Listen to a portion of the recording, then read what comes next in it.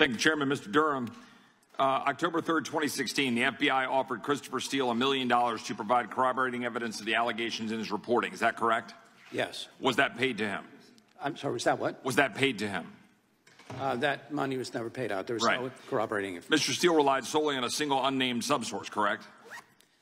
He said that he had a primary subsource who had a network of subsources.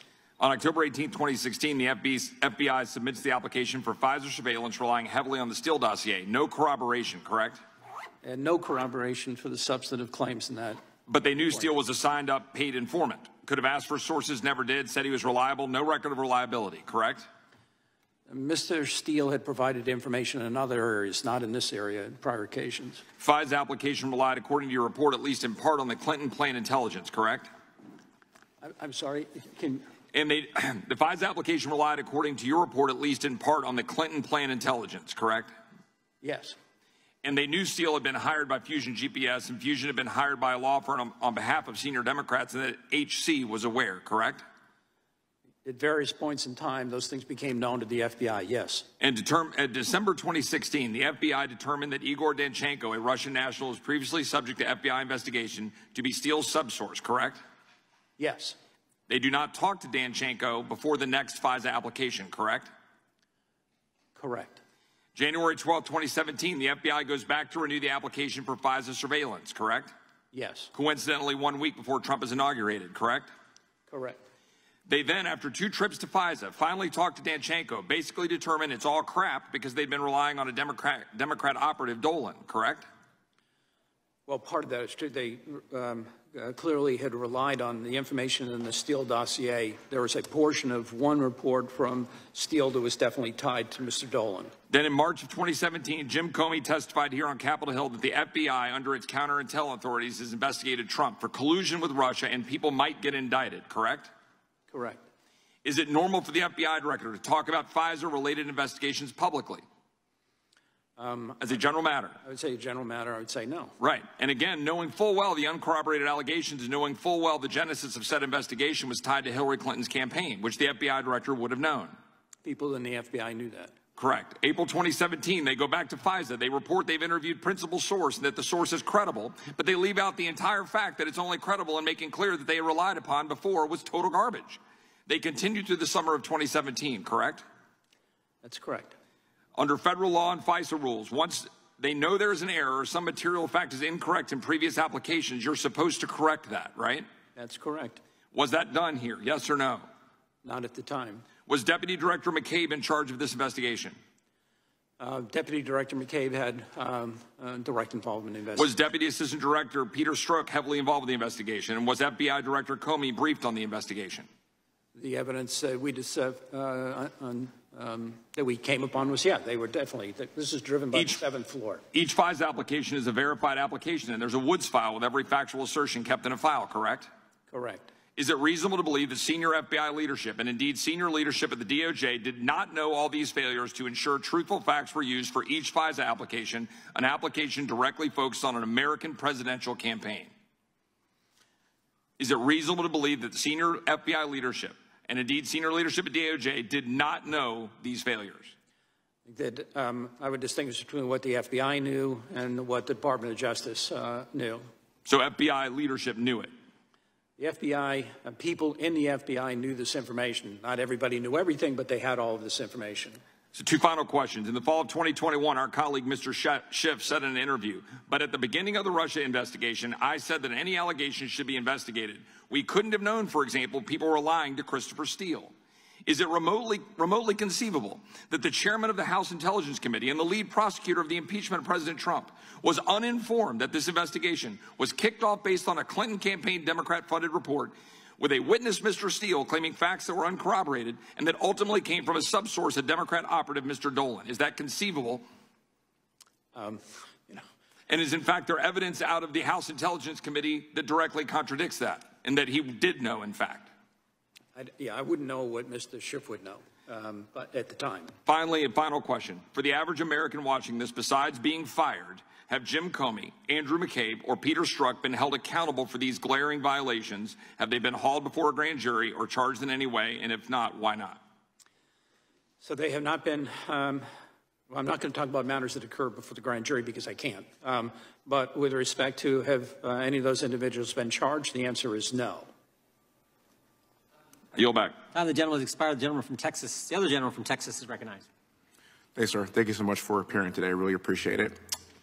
I want to tell you about how my friends, neighbors in Tomball, Spring, Texas, and of course Americans across this country are feeling today after listening to this. They feel that we have a two-tiered justice system in this country, and it's terrifying. Sir, I applaud your work. I actually find you to be sincere and working on behalf of the American people, and I recognize that. But I also feel like we need to hold the people accountable who have participated in this sham of an investigation. I'm going to tell you why. What happened in 2016 was unprecedented. The same government agencies that were investigating President Trump and his campaign were looking the other way when it came to the allegations against the Clintons.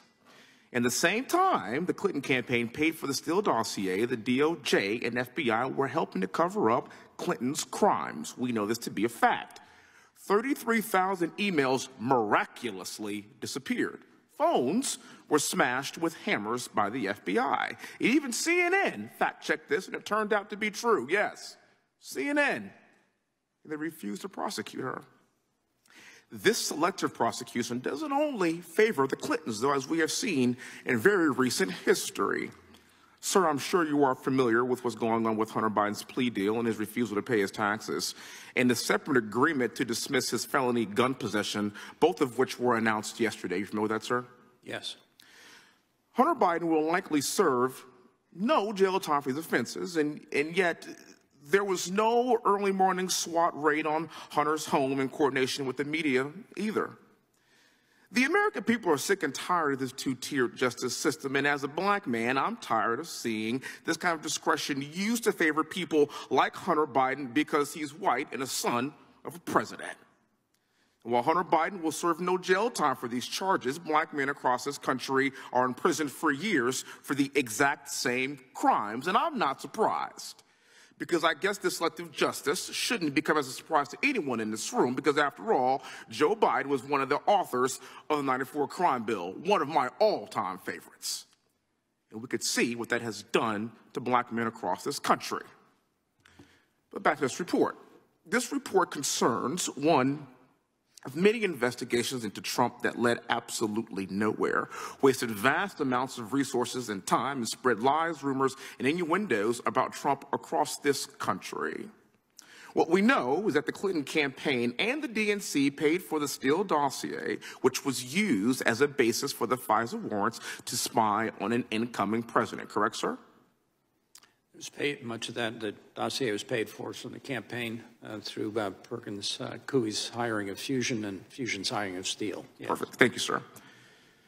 The biggest problem that I have with that is that none of the significance has been prosecuted over this sham investigation, and no one who participated in this investigation is serving any jail time today. I think we've kind of heard that resonate throughout the halls of this room today. But meanwhile, the DOJ, the same agency that is responsible for this phony investigation in 2016, is at this very moment seeking to put Donald Trump in prison for over 400 years over a document issue. And last I checked, President Biden has a bit of a document issue himself before he was even the sitting president of this country. And again, it's another example of this two-tiered justice system. My colleagues on the left talk about democracy. Well, here's what I know about democracy. In 2016, Donald Trump was elected by the American people to be their commander-in-chief.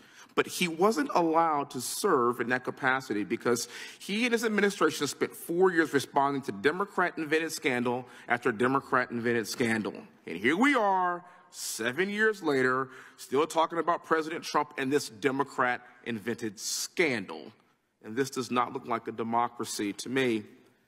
As a West Point graduate and combat veteran, I've fought abroad against authoritarian countries. I know what they look like, and I know what those countries do and how they treat their people, and I also know what democracy looks like. And my fear is that this looks like the death of democracy, and it's up to us in this room to do something about it.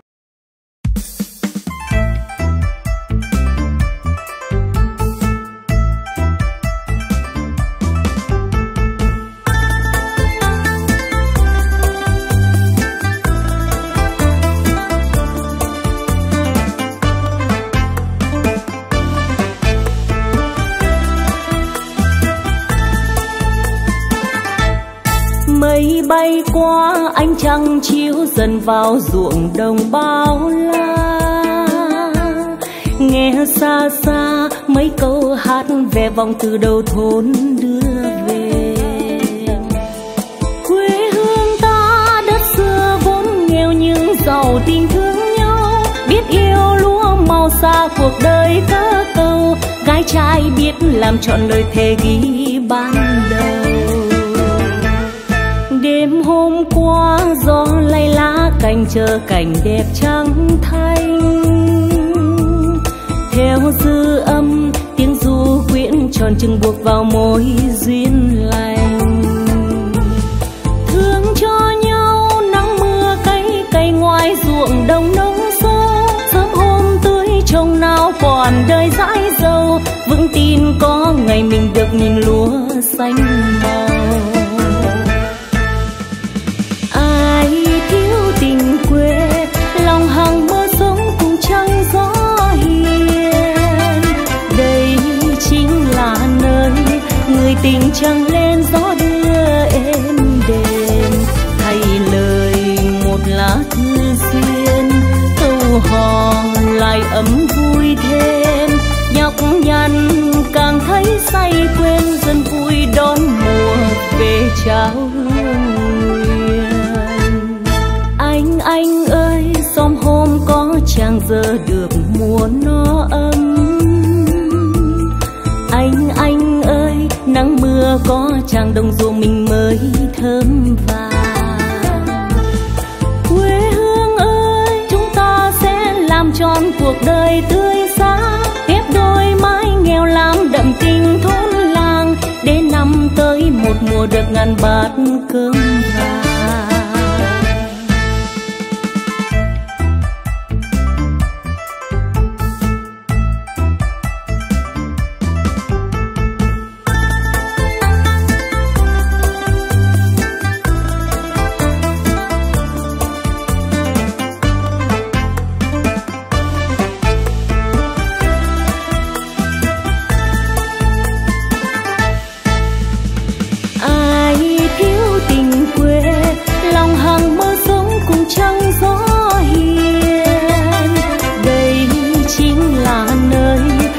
Tình trăng lên gió đưa êm đềm. Thay lời một lá thư duyên câu hò lại ấm vui thêm. Nhọc nhằn càng thấy say quên dần vui đón mùa về trao hương nguyện. Đêm hôm nay ánh trăng thắm màu cùng đẹp người vai xanh. Trăng thanh ơi chứng cho những lời thề trọn đời ta chung tình. Yêu thương nhau góp tay ra đều đều gạo mình màu trắng. Sáng mai gánh nhiều nhiều ngược về đô thành. Bát cơm ấm lòng người để cùng sống no lành. Bát cơm ấm lòng người để cùng sống no lành.